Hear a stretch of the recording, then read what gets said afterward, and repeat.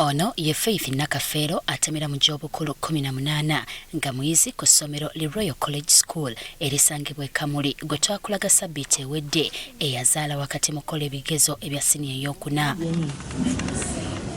Mukama yamuyamba n'azaala bulungi era enkeera yabukereza nkokola okuddayo ku ssomero okukola ebigezo bye. Ebibuuzo January tibibeire bibiri tambula bulungi. Jakuba nti birijja bubi birungi.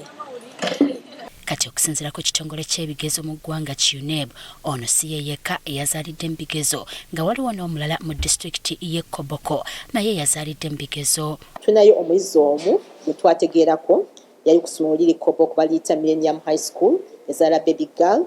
Omuyizi ono yajja okukola ekigezo kya chemistry agenda okutuuka bali bamukebera n'afuna labor pains n'amudduza ku health center 3 n'asobola okuzaala obulungi by ssaawa nyakitundu naye yafunamuko ku buzibu n'atasobola kudda kukola kigezo. Okutwalira awamu, Jennifer Kalule Musamba omwogezi w'ekitongole kino UNEB agamba abayizi 17 be bakkiriziddwa okukola ebigezo nga bali mbuto. Abayizi abalala betwategeddeko kino bakoze ebigezo nga bali mbuto bonna abamu bali 17 bano nga basinze betwategeddeko bali mu districts eya Palisa, Koboko awamu ne Busia district.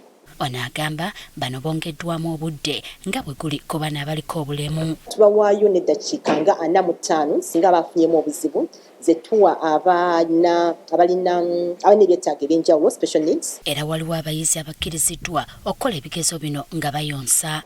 We also had 3 learners who are breastfeeding.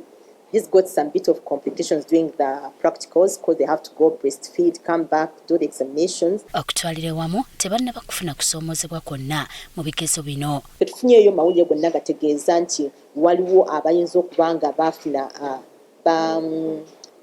babba ebigezo oba baleginga okuba nti nno balina ekigezo kya UNEB nga tekirina kutuuka ku bayizi bennyini. Mu ngeri y'emu abayizi b'ekibiina ekyomusanvu nabo bagenda kutandika ebigezo byabwe ebyakamalirizo. Ebigezo ebya primary ya P7 bino ebigenda okutandika ennaku z'omwezi nga 31 olwokutaano luno n'okuteekateeka abayizi bwe tuyita briefing y'aba candidates kino nga kikolebwa ku masomero ba head teachers be bakola briefing y'abayizi bano. Abayizi abali eyo mu mitwalo 81 be bagenda okutuula ebigezo bino.